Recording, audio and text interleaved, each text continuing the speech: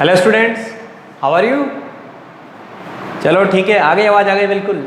अब देखिए आज जो क्वेश्चन है ना यार, ये क्वेश्चन पता है मैंने क्यों लिया। कल आपको मैंने एज से रिलेटेड प्रॉब्लम बताई थी, क्योंकि बच्चे अक्सर मुझसे बोलते थे सर हमें एज वाले क्वेश्चन में बड़ी प्रॉब्लम आती है, एज वाले क्वेश्चन में बड़ी प्रॉब्लम आती है।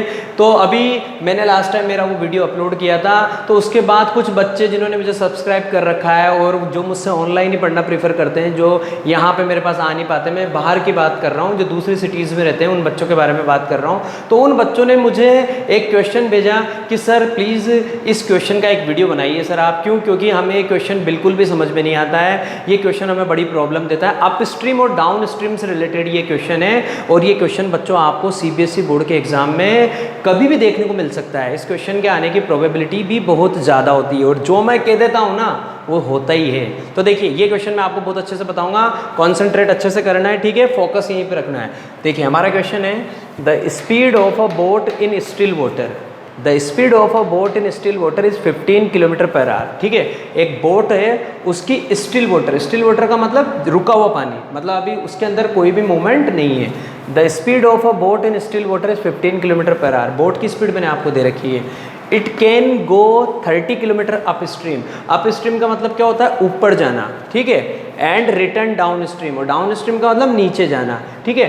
तो आपसे बोला जाए it can go 30 kilometre upstream and return downstream to the original point in 4 hours 30 minutes। Boat क्या करती है? बोट जिस पॉइंट से, फॉर एग्जाम्पल देखिए यहाँ इस पॉइंट से बोट ने जाना स्टार्ट किया, तो बोट यहाँ तक जा रही है, ठीक है, और फिर वापस यहाँ से यहाँ तक आ रही है। इसका मतलब ये दोनों डिस्टेंस क्या है आपकी? सेम है। तभी तो उसने बोला it can go 30 kilometre upstream and return downstream to the original point in 4 hours 30 minutes। मतलब पहले एक बार बोट यहाँ से यहाँ तक जाती है, ठीक है, फिर बोट यहाँ से वापस वहाँ तक जाती है। तो एक बार अप स्ट्रीम के लिए और एक बार डाउन स्ट्रीम के लिए। तो देखिए आपसे कहा जा रहा है find the speed of the stream, stream की स्पीड निकालिए। तो मेरे पास तो सीधा सा कॉन्सेप्ट होता है, मैं सबसे पहले पूरा क्वेश्चन रीड करता हूँ और जो अननोन होता है उसको मैं एक्स मान लेता हूँ। तो मैं क्या लिखूँगा? Let speed of the stream equal to X kilometre per hour. Kilometre per hour में क्यों लिया? क्योंकि मुझे स्पीड इसी फॉर्मेट में दे रखी है। तो मैंने स्ट्रीम की स्पीड को क्या लिया बच्चों? एक्स किलोमीटर पर आवर, ठीक है। अब मुझे क्या करना है? अब मुझे दो बातें करनी होती है यहाँ पे। ये आज से मेरा कॉन्सेप्ट आपको हमेशा याद रखना है। अगर आपको ये वाला क्वेश्चन एग्जाम में कभी भी गलत नहीं करना, तो आपको मेरी ही ट्रिक को फॉलो करना पड़ेगा। आप सबसे पहले लिखेंगे स्पीड डाउन स्ट्रीम, फिर आप लिखेंगे स्पीड अप स्ट्रीम।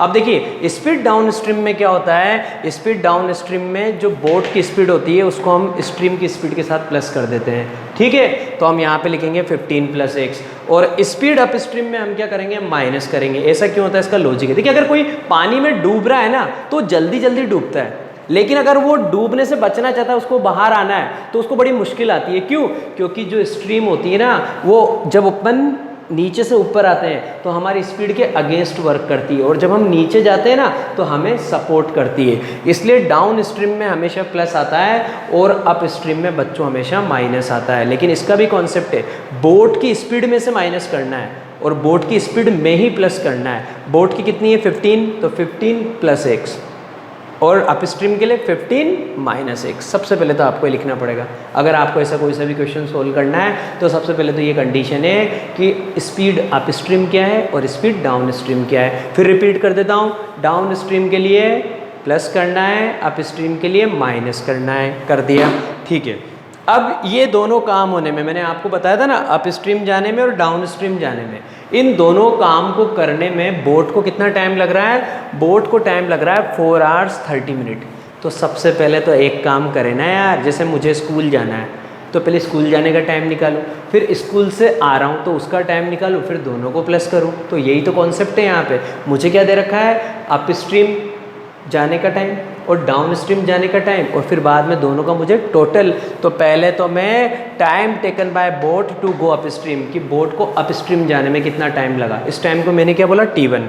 टाइम का फॉर्मूला बहुत सिंपल होता है, डिस्टेंस अपॉन स्पीड। डिस्टेंस तो फिक्स है 30, क्योंकि अप स्ट्रीम जाएगा तब भी 30, डाउन स्ट्रीम आएगा तो भी 30, क्योंकि सेम पॉइंट से जाना है और सेम पॉइंट पे आना है। तो टाइम का formula distance upon speed. Speed कौन सी लेंगे? अप स्ट्रीम वाली, उसमें क्या आता है? माइनस। तो 30/15 15 माइनस एक्स। अब लिखेंगे time taken by boat to go downstream. Downstream जाने का टाइम निकालना है। उस टाइम को मैंने क्या बोला, T2।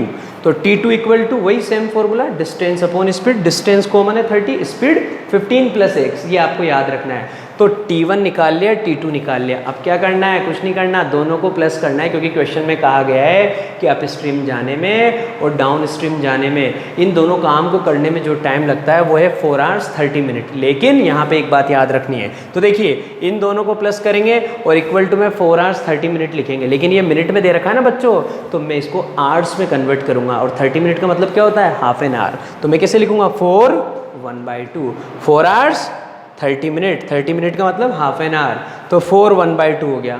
और जैसे 4 1/2 हो गया, मिक्स्ड फ्रैक्शन में इम्प्रॉपर में बनाएंगे, 4 2 8, 8 + 1 9/2। तो हमारी इक्वेशन क्या बन गई, हमारी इक्वेशन अब हमारे पास प्रिपेयर हो चुकी है। 30/15 minus X, 30/15 minus X plus 30/15 plus X equal to 9/2। आ गया आपको समझ में, ठीक है।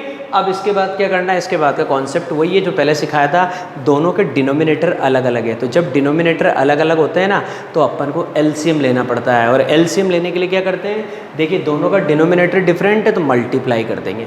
तो एलसीएम आ गया 15 minus x multiply by 15 plus x, ठीक है।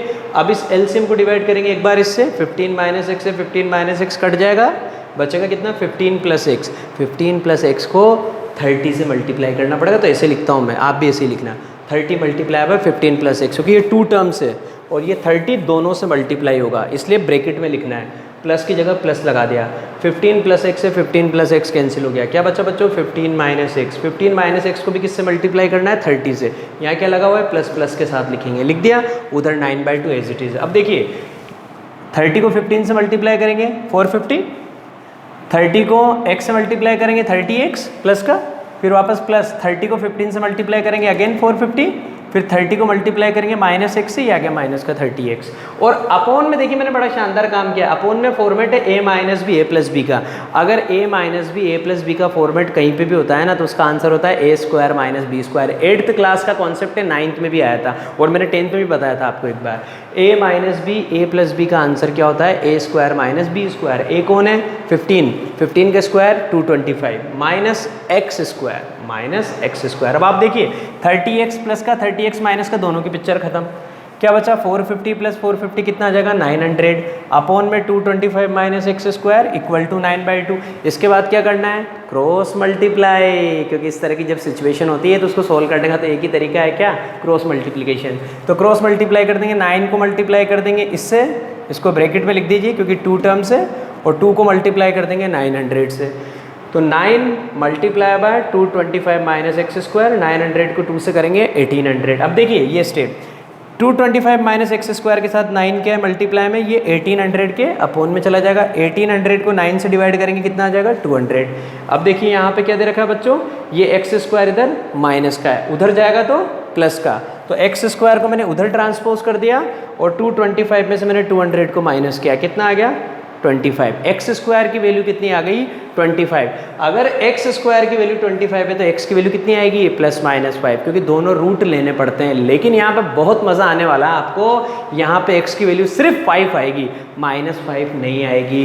-5 क्यों नहीं आएगी, क्यों, क्योंकि स्पीड कभी भी नेगेटिव नहीं हो सकती है। स्पीड कुछ तो रहेगी ना यार, नहीं भी चलूँगा तो भी क्या है, 0, नेगेटिव तो नहीं हो सकती ना। आ गए आपको मेरी बात समझ में। तो यहाँ पे आंसर क्या आएगा, यहाँ पे आंसर आएगा x = 5 km/h। This is the speed of the stream. I hope आपको मेरी इस वीडियो से ये बात बहुत अच्छे से समझ में आ जाएगी, ठीक है। आपको समझ में आ जाता है तो आप अपना कमेंट करिएगा। और दूसरा, आपकी कोई भी प्रॉब्लम है तो without any hesitation you can ask me, I will solve your problem. Okay, have a good day, bye bye.